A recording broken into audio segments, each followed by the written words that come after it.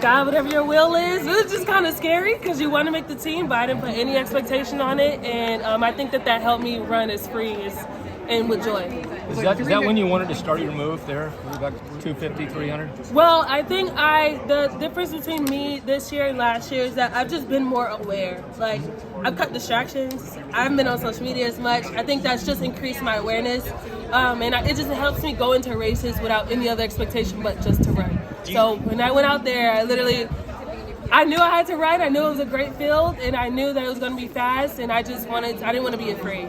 Do you think this is the most fun that you've had, that competing in an outdoor championship? I was happy about the time. I didn't care about the place. I'm like, I don't have the standard, Everybody has the standard, but it's different when you're running and you can run with joy. Like, I hope you can feel the energy I'm exuding. I didn't feel this way last year. I feel so much happier, and it just makes me just really blessed that I took on the challenge to really grow individually. It felt like it was a race, kind of an untraditional Raevyn Rogers race. You find yourself in third place with 300 to go with a lot of room to maneuver. Yeah. And usually you're coming from the back. Right. What did you think at that moment about your positioning? Another thing I've learned is that, the 800 is not the same 800 that I once knew. And I think when you're in it, you can't spot change until you actually realize it. And I realized that the 800 is an aggressive race. That's just what it is. And as much as I like to chicken out or go into my shell, you got to face it head on. And that's just something I've been practicing. It's just really not being afraid and going after it. So that was what you did at that point? I'm like, I have more confidence this time around through training, through my faith, and I'm able to just let loose and run like the runner that I know I am. Raevyn, we see a lot of success that happened in the previous years, but you look happier than ever. Are there things that you take from previous years, or do you feel like it's just a fresh year that you've come into? It's a year of just focus. I've been more intentional this year. Like I said, I'm probably on my 5th Instagram break. I'm not even kidding. Like, I take month breaks, but it allows me to just not take on the expectation from other people. I think with the sport, it's hard because we want to grow it, but when you want to get excited about it, you're also taking on other people's expectations instead of just focusing on yourself. And so I went into this week just doing what makes me happy and taking it day by day, round by round, really being present, and it's paid off, and I'm just so thankful. Thanks, Raevyn. Thank you. I have one final question for you, Raevyn. Yeah. Just with the way that you're feeling right now, just how happy do you feel like the sky's the limit right now with just any sort of possibility, whether it comes to Worlds here next month or even the Olympics next year? For sure. I've unlocked a different type of competitor that I am because I've grown.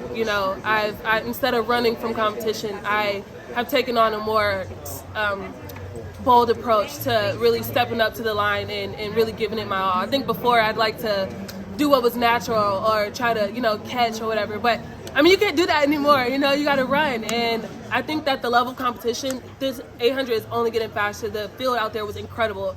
It could have been anybody's race. And focusing on myself just allowed for me to just do what I need to do and for God to just help me make this team. What's funny is coming out of college, did you ever expect that you would make this many outdoor championships and place this high? Since 2018, you finished in the top 3 every year since then. Looking back at that, do you feel like you've overachieved, or just looking back, like, how do you feel like about what you've achieved so far in your career? Well, looking back, I'm just a whole new runner this time around.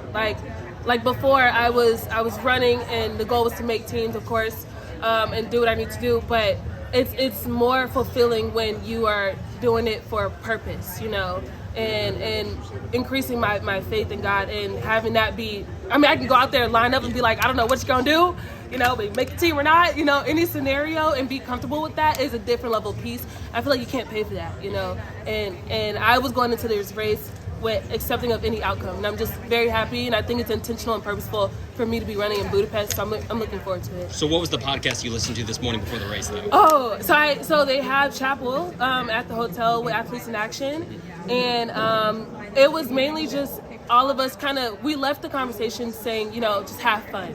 I feel like COVID, all these things have forced us to have to really step it up, Olympics and then Worlds, and it's taken the joy out of it for me, and I think that I had to reclaim that in order to have longevity. You know, you gotta enjoy what you're doing to continue to want to be better. Now, I just have one final question for you. I know Jasmine Todd, former teammate of yours, also has her own podcast. Do you listen to her podcast? I know she had one. Yes, she does. But I just love that she's just like being her great self, and I think she's going for like a position on the World Committee too. You know, I'm very blessed to be able to grow with such great individuals like you guys and telling my story as well. I'm so thankful for you guys. Thank you. I appreciate you. Have you ever been to Budapest?